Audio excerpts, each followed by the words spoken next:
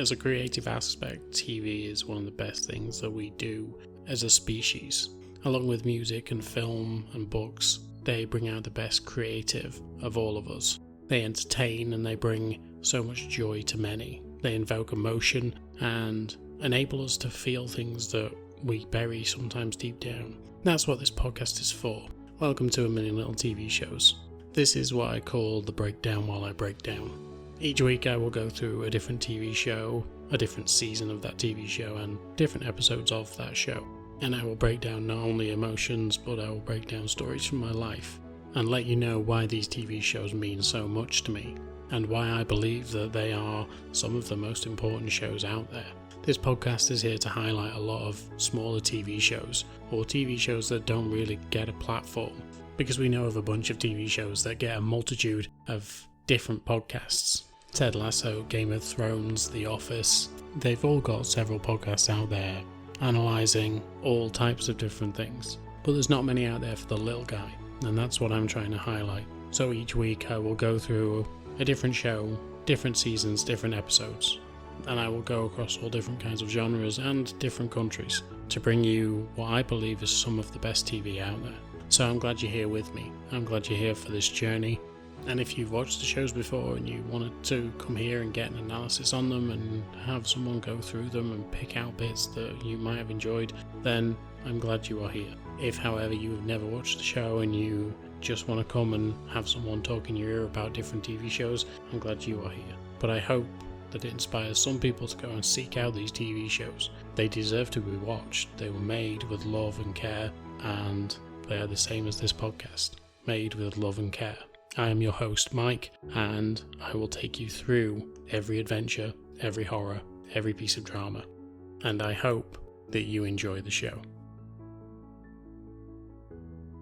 Hello there, and welcome back to this A Million Little TV Shows podcast. This is now episode 1 of season 10, and I really can't believe that I'm on season 10. I know I say it a lot, but genuinely, I'm trying my hardest to get as many of these out as possible, and I'm working hard at this podcast to make it the best quality it is. I think it's good. I've had a lot of listeners. In fact, I've had over 1 million listeners on Spotify now, so that's incredible. I cannot believe how much this has taken off, and even now with ad money rolling in, it's making it a little bit better. It's making it easier. Plus, it just helps me mentally because it's obviously this is time consuming, and it's just nice to know that my efforts aren't in vain. Obviously now that I can see some sort of value towards my time.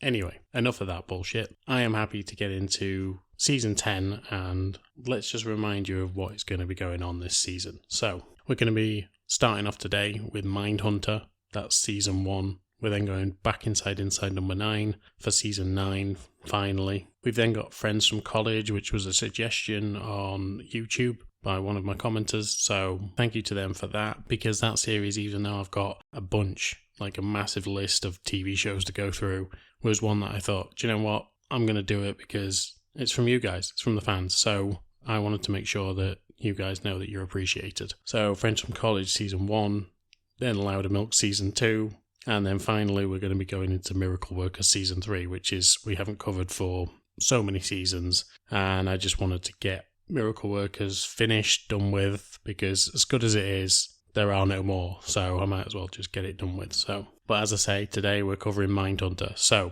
let's get into it. This is Mindhunter, season 1, episodes 1 to 3.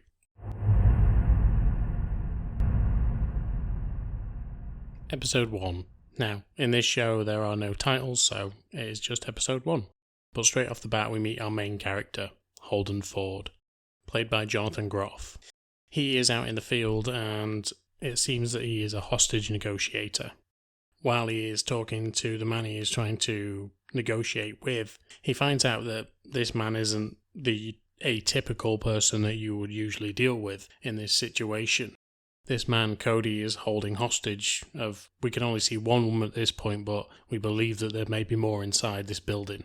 Holden is trying to reason with this man, but eventually when Holden turns his back, this man then asks if he actually sees him. When Holden turns back, the man is now naked, and Holden tells him that he can most certainly see him and he can most certainly see that it's cold. It's here we gather an understanding of this man Cody. He's not an atypical criminal. He's not holding up in there because they've done a bank robbery or whatever. He's just not well. Probably mentally not well. He drags the woman back inside and demands that he speaks to his wife. The other police officers tell Holden that his wife is on the way. At that point, literally a car comes around the corner with his wife in it. Holden knows that this could exacerbate the situation and runs over to intercept this man's wife getting out of the car, because he knows that if Cody sees his wife, it may end up escalating things. So he begins to talk to Cody's wife and realises that Cody's not been himself for the last few days and that this isn't a good situation. Holden goes back to the scene with the knowledge that Cody's wife was going to leave him if he didn't get help. He's been telling stories that he believes he's invisible, but not only that, that people can see him while he's invisible, and these people don't exist. So he's obviously gone down a very bad path. He's in a delusional state, and his wife was worried about him but gave him an ultimatum anyway. And so while Holden is at the scene, he tells Cody that they haven't managed to get hold of his wife except on the phone. They spoke to her, but Cody demands that she must be there. She needs to be there. And each time that Holden tries to reason with this man, you can just see that he's getting a little bit closer and closer to the edge. Holden, however, keeps taking steps towards this man as if he is trying to comfort him. Like you would with a stray horse or a stray dog, you just try and calm it, and you speak in a low voice, and he's speaking reasonable things. However, Cody no longer recognises this and instead takes the shotgun that he's been holding and shoots himself. The next day when Holden goes back to the FBI officers, he's told that the negotiation was successful, mainly because nobody got hurt other than the actual perpetrator. But Holden doesn't see it as that. He sees it as a failure because they should have been able to take Cody in. Cody should still be alive. Everyone from that whole thing should still be alive. But Cody should be getting the help that he needs and not being buried. But because of this situation, Holden is given a promotion, or what he's told is a promotion, and he is taken off field duty and put in the classroom. He is told that he needs to start teaching the next crop of FBI agents. However, Holden, he begins to protest because he knows that there are more and more dangerous criminals out there, instead of just the usual how the FBI was brought about by J. Edgar Hoover, and it was just meant to be hunting down criminals that were robbing banks or doing whatever they were doing. Now the criminals are a bit more advanced.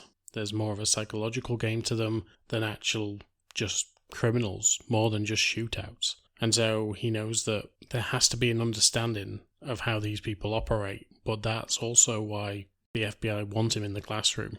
So while he is teaching these hostage negotiations and how to approach certain criminals and make sure that they feel at ease so that he can talk them round, he sees another class going on, which delves into the minds of serial killers.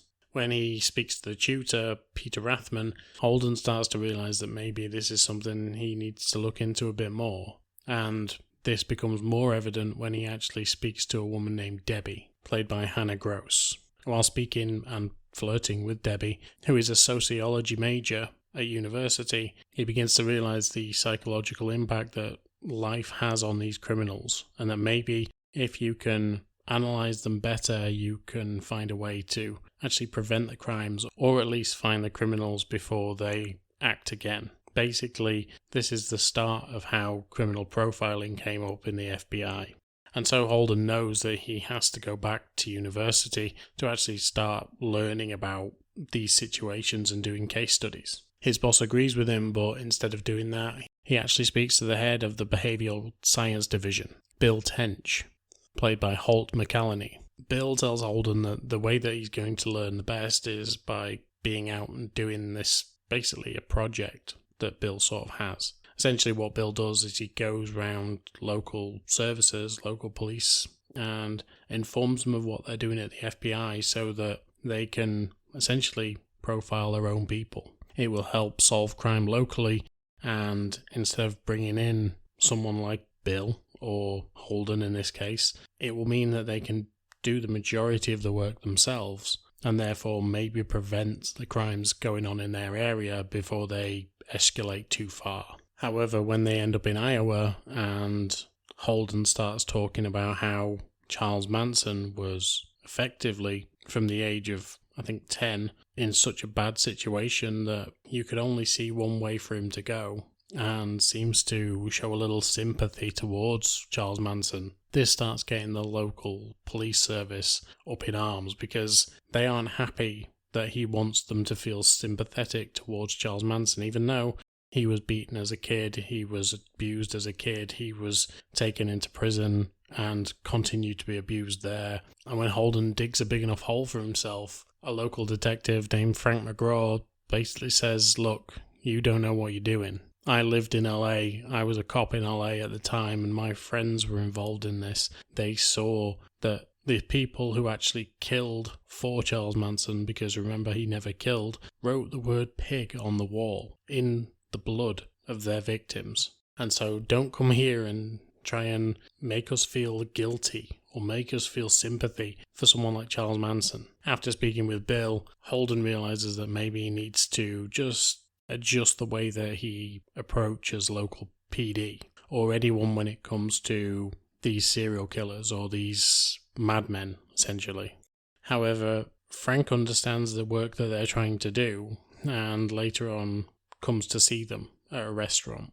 He tells them that he knows what they're trying and he wants them to help out in a local case. The case at this point is the fact that a young boy and his mother have been murdered and are murdered in the most brutal way. And Frank McGraw tells them, look, I need your help on this. I need some fresh eyes. I need someone who can actually understand these types of people. However, when Holden looks at the case, he doesn't want to give McGraw any information that might actually hurt his case. He doesn't want to profile this killer just within seconds. He wants to go away and study this. He wants to make sure he gets everything right so that when he actually gives his verdict, McGraw isn't going after the wrong person. He could tell him what he wants quickly and get it wrong and fuck everything up. And he doesn't want to do that, which pisses McGraw off because he thought that they could help. It's like that thing about men. We don't ask for directions. And that is essentially what McGraw's doing. He's asked for help this time and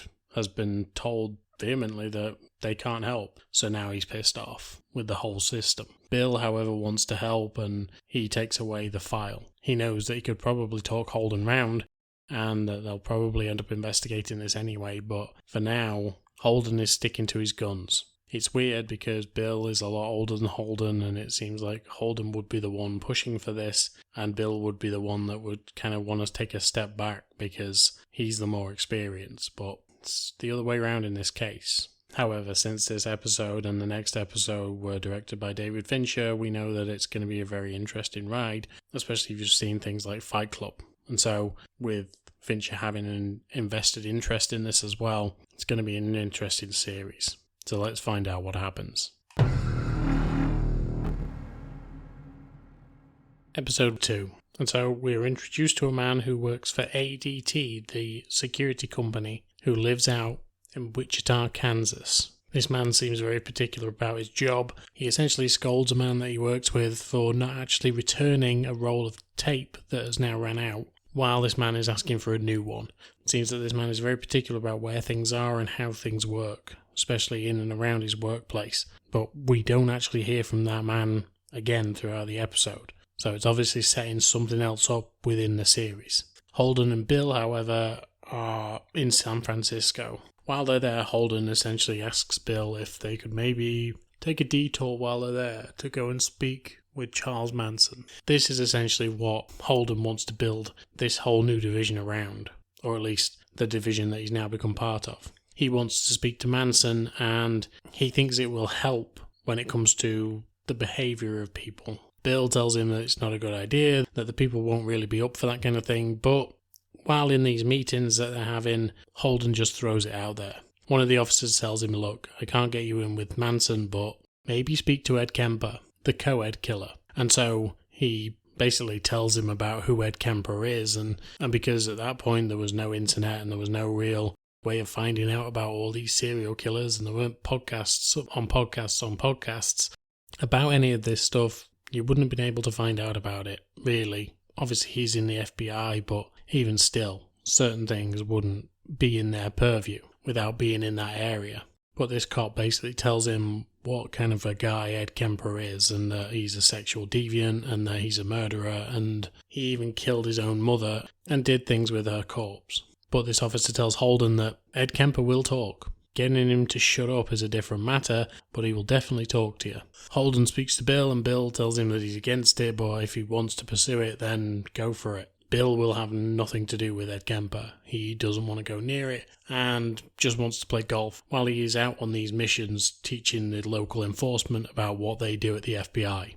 And so Holden goes to see him. However, when he gets there, he meets this hulking man. He must be 6'7", and he's huge. However, when he sits down and all his mannerisms throughout show that he is essentially a kind, or at least seeming to be a kind man. He sits and he talks calmly and he doesn't lose his temper. He essentially starts to charm Holden. Holden has a couple of visits with this man, but Bill wants nothing to do with it. However, one day after going to speak with a group of police officers in a local town, their chief comes outside and just asks whether Bill and Holden will actually come and have a look at something that's interesting. He tells them of a woman who was just keeping herself to herself. She's around mid-70s and she was just at home in her back garden. However, when she was actually found, she'd been beaten up, she'd been assaulted, and her dog had actually been killed. However, she was still alive, but she remembered nothing of the crime. And so now they're being asked to profile who would do such a thing to such a sweet old woman. She only really knows people in the area. It would only really be people in that area that would be anywhere near her house. And so now the cloud of suspicion hangs over this whole town. Holden and Bill say that they'll look into it, and it's now that Bill decides to go and speak with Ed Kemper. He thinks that maybe through these chats that he's been having with Holden, they can actually start to understand what a serial killer really is. At this point, the term serial killer isn't out there, it would seem. And while talking to Kemper, Holden actually tells him that he calls them sequence killers. And when he inquires how many sequence killers would be out there in the world, or in the US at least, Kemper tells him probably around about 35. He knows of a few, and it seems like these kind of interviews are the kind that Clarice was having in Hannibal. So you see why I wanted to do this series so quickly. While there, Kemper starts giving away some information about his past, and that while he was growing up, he was into actually killing animals or torturing them at least, and that's where he got his bloodlust from. And that's obviously, if we know anything about serial killers, they tend to be on that same level. They start with small things, whether it's animals or not, and then they start to move on to humans and doing more and more things until they actually kill someone, and they just escalate. And that's exactly the same story that Kemper gives. However, when they get back to base, their boss actually is so pissed off because he's heard that they've been sniffing around this case with the old woman, and then they find out about Kemper, and he's just not sure what to do with both of them. However, when they tell him that they think that this is a good thing and that he can give them some decent information and maybe they can actually start to profile these people, the boss backs down and basically says, look, I'm going to let you have your little project, but if anything starts to come back, it doesn't come back on me, it doesn't come back to my desk, but I am going to give you a room in the basement to actually work out of and start this whole thing. He thinks there's worth in it, but he doesn't want it affecting their normal day-to-day, so out of the 50 hours that they would normally work a week, they can do 10 on this thing, but the rest they need to do proper FBI work. So even though he's a little bit sketchy on everything, he's happy for them to continue what they're doing. Because, as we know, criminal profiling in the FBI is massive now. So it just proves that what these guys started out doing really worked. Episode 3. So we end up seeing this ADT guy again, and he's just stood on the street staring at a house before he turns and gets back in his car. We learned from the last episode that his name is Dennis, but other than that and the fact that he works for ADT, we don't know actually who this guy is. But again, it's obvious that he's going to be very pertinent to this whole season, if not the whole show. Holden and Bill, however, have gone to Boston. They're at a university and they are going to go and speak to a Dr. Wendy Carr. And it seems that her major or her subject is social sciences. And so while they're both speaking to her, it seems that her and Bill have a past for a start, But then we actually find out that she's very interested in the work that they're doing.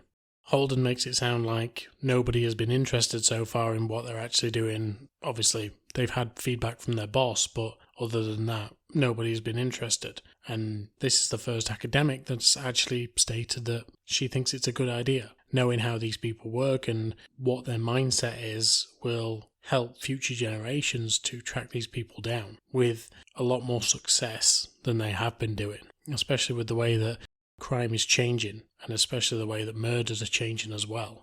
They tell her that they're in town to meet up with another case, another murderer, called Benjamin Miller. She asks how this is going to work, whether it's going to be a full-time gig or whether they're going to be going back and forth between their normal job. And of course we know from the last episode that they get 10 hours a week on this, out of a 50-hour week. She tells them that this is going to be a full-time job, especially with all the interviews and the back and forth. They can't just be running this as well as running their own investigations, and that maybe they need to think about doing this full time. But obviously they're under the restraints of the FBI and their boss, so they will just have to make do for now until they can probably gather a team together, which is possibly what Wendy was suggesting. However, as they head over to go and meet up with Benjamin Miller, once they get there they find out that he isn't willing to see them anymore. This is the first time they've called ahead. Generally they don't bother with Ed Kemper or whomever else, and now it seems that doors are being closed in their face when they do. So Bill just decides that they're not going to do that anymore. They're just going to show up. And it will hopefully catch these people off guard and they can actually do interviews with the people that they want to see. But just as they leave, they get a phone call, and it's about this case that they had in the last episode where the old woman got beat up. It would seem now that not only has another woman been beat up, but also another dog killed. So they realise there is a pattern, and they go to speak to their boss. They tell him that the whole thing that they planned out before has started to pay off already. The ground that they've laid in Sacramento, which is where the crimes have been happening, have really started to go in their favour. He tells them, look, you've done this, so you might as well get out there and investigate. And they both head out. Once they get to Sacramento, they start to actually break down who potentially could be the suspect.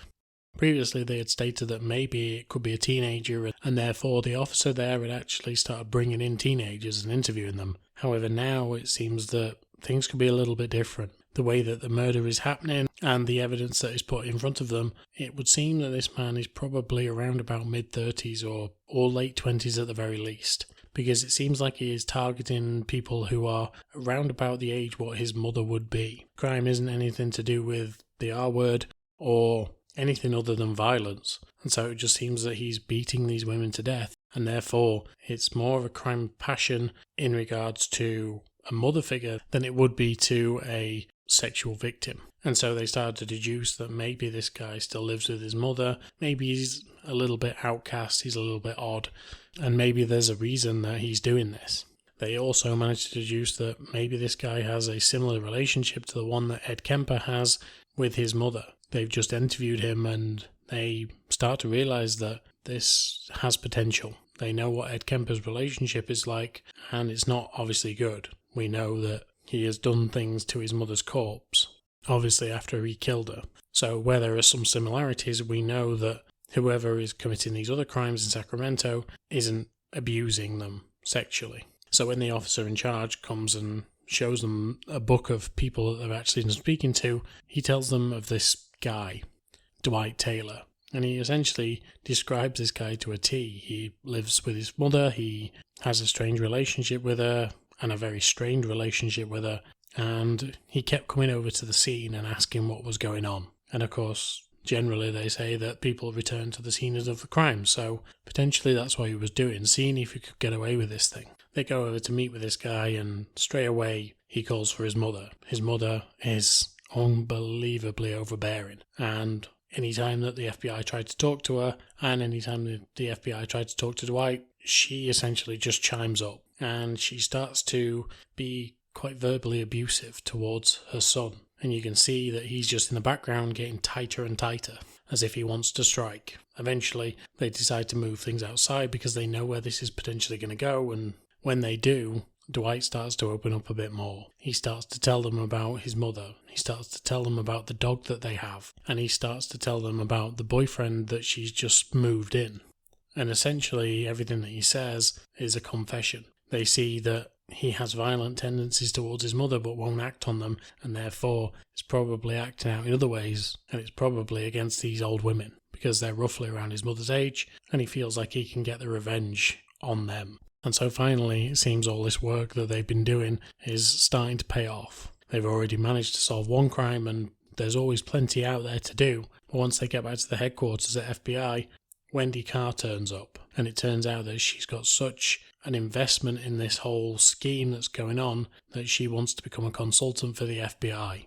She knows that what they're doing is a good thing, and she just wants to help because she believes in the project, and she knows that potentially they could all write a book out of this. But she needs to make sure that these two are on track, because when it was stated that this could take 4 or 5 years before this even goes anywhere really, they both sort of hung their head as if they thought they could solve it in a day. So it seems like Wendy is now there to kind of keep them on track, but at least they've got one case under their belt.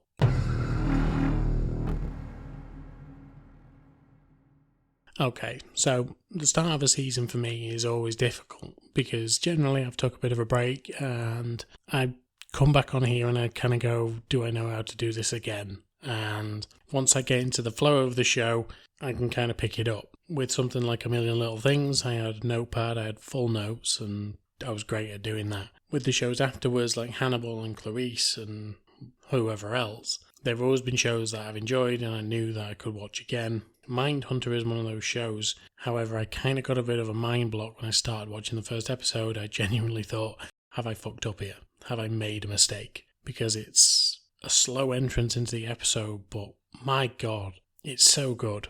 And I forget how good it is, because this show has a lot of intrigue throughout. And I can't remember who the ADT guy is, but I know he works for ADT. I know that he's going to be a serial killer or based on a serial killer at some point. Something bad is going to happen.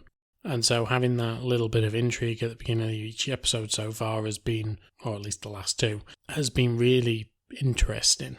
And makes me want to come back, makes me want to watch more. But also the fact that this is working. This system that they are putting in place is starting to work. Now, obviously, there are going to be issues with it because, well, that's the elements of story. That's the way that stories work. And so at some point, this is not going to work. This is going to fall down. A bit like in Hannibal, when Hannibal is literally analysing the crime scenes, it shows that things are fallible. And this is fallible. But at least they're going the right way about it so far. And they are putting a system in place, and it is good to watch that development happen. Now, I know that this is roughly based on something that actually happened, and therefore it makes it more intriguing, because it lets you see how the FBI became the force that it was until recently, because now it's under Kash Patel and, well, it's a fucking mess. But I promise that's going to be the last time that I talk about that administration on this podcast today. But I like the fact that this show is showing how good they can be when they implement this system, and then they rolled it out to the rest of the world and made, people realise that they could also profile, and it's helped a lot of police forces and governments catch a lot of criminals. So I can't wait to see where the rest of the season goes, because I can't remember. I just know it was good and I wanted to watch it again, so here I am. No point in watching it again if I can't talk about it on here, so why not? I want to make sure people know about this show and hopefully go and revisit it. It's on Netflix. It's still one of their most popular shows, even though they'd never got a 4th season. So if you get a chance, go and watch it. It's really good. And if you only watched the first season or you only watched a couple of episodes, just give it a revisit. Especially in the first episode, they start talking about the integrity of the FBI, and, well, I said I wasn't going to mention anything again, but it's interesting, the way that they worked to the way that they work. However, I am done for today. As you can hear, my voice is hoarse. I've just come back from a big trip abroad, and I really enjoyed Canada. So if you get a chance, get out there, because I'm going to be spending a lot more time out there very shortly. But as for today, I'm done, and I hope you have enjoyed the show, because it really means a lot to me that you are listening, and I do put a lot of effort into this, and I really do enjoy it. So until next time, Thank you for listening, and I will speak to you soon. Bye. As always, thank you for listening to this podcast, and you could really help me and the podcast by giving a like, share, subscribe on all major platforms that you listen to podcasts on. As an independent podcaster, this will just help me exponentially when it comes to actually doing more things with this podcast. I truly do enjoy this, and I absolutely love revisiting these TV shows with you guys. So any engagement from you is always welcome, and I will try and listen to all of you when you give suggestions or just tell me what you think about the podcast. But once again, thank you for listening, and until next time, I will speak to you soon. Bye.